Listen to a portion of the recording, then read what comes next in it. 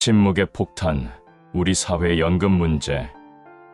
연금 제도, 이대로 괜찮을까요? 오늘도 많은 정치인들이 연금 문제를 두고 서로 자신의 정책이 최선이라 외칩니다. 젊은 세대를 위한다는 목소리, 노인 빈곤을 해결하겠다는 약속들, 어떤 정치인도 연금을 망가뜨리겠다고 말하는 것을 들어본 적이 없습니다. 그런데 왜 60년 넘게 운영된 국민연금은 여전히 미완의 과제로 남아있을까요? 우리 사회에는 보이지 않는 폭탄이 있습니다. 시한이 정해져 있지만 소리 없이 다가오는 폭탄, 그것이 바로 연금 위기입니다. 2055년 국민연금 기금이 고갈된다는 예측은 이미 오래전부터 경고되어 왔습니다. 그러나 정작 우리는 이 문제를 직시하지 않습니다. OECD 국가 중 노인 빈곤율 1위, 이것이 대한민국의 현실입니다. 동시에 세계 최저 수준의 출산율, 이런 상황에서 현재의 연금 제도는 더 이상 지속 가능하지 않습니다. 연금 개혁은 선택이 아닌 필수입니다. 그러나 어느 정권도 이 뜨거운 감자를 온전히 다루려 하지 않았습니다.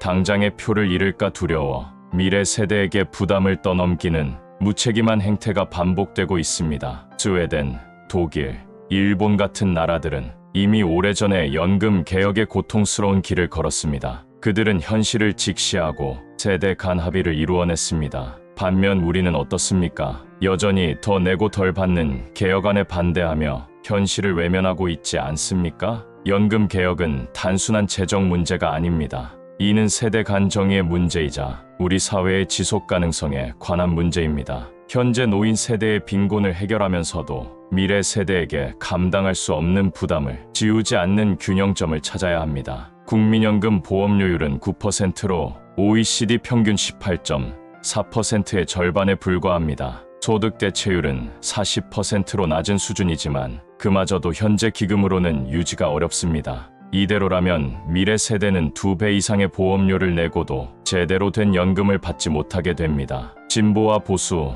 모두 자신들의 이념에 연금 문제를 가두고 있습니다. 진보는 더 내지 말고 더 받자는 환상을 심어주고, 보수는 개인 책임을 강조하며 기초연금만 확대하려 합니다. 그러나 이 두 접근 모두 완전한 해결책이 될 수 없습니다. 독일의 비스마르크가 세계 최초의 공적연금 제도를 도입한 이후 연금은 사회 안전망의 핵심이 되었습니다. 하지만 당시와 지금의 인구 구조는 완전히 다릅니다. 평균 수명이 늘어나고 출산율이 급감한 상황에서 동일한 제도를 유지하는 것은 불가능합니다. 정치인들은 국민들에게 불편한 진실을 말하지 않습니다. 더 내고 덜 받아야 한다는 현실을 누가 먼저 이야기하면 선거에서 불리해질까 두려워합니다. 그러나 더 이상 이 문제를 미룰 수 없습니다. 국민연금, 기초연금, 퇴직연금, 개인연금을 포함한 다층 노후소득 보장체계의 종합적 개혁이 필요합니다. 이는 어느 한 정당이나 정권의 과제가 아닌